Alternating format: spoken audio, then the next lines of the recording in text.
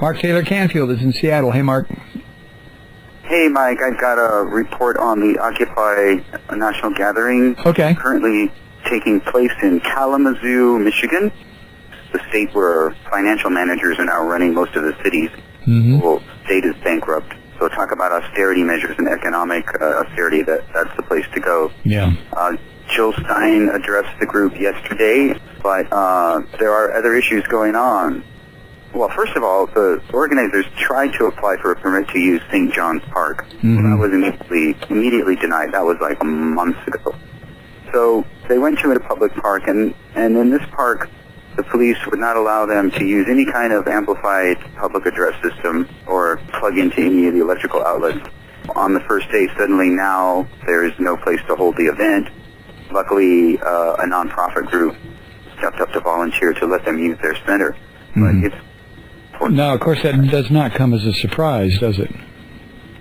Well, what concerns me, Mike, is that last year and in 2011, there were, hundreds of thousands of people protesting against the Wall Street bailout. And this year, I think the numbers are probably smaller, although there are active groups and communities all over Canada, the United States, and in other countries right now. Mm-hmm.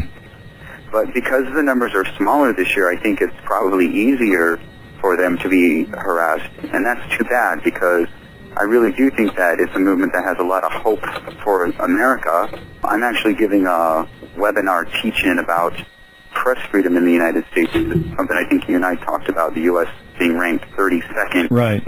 in the world on the World Press Freedom Index by Reporters Without Borders.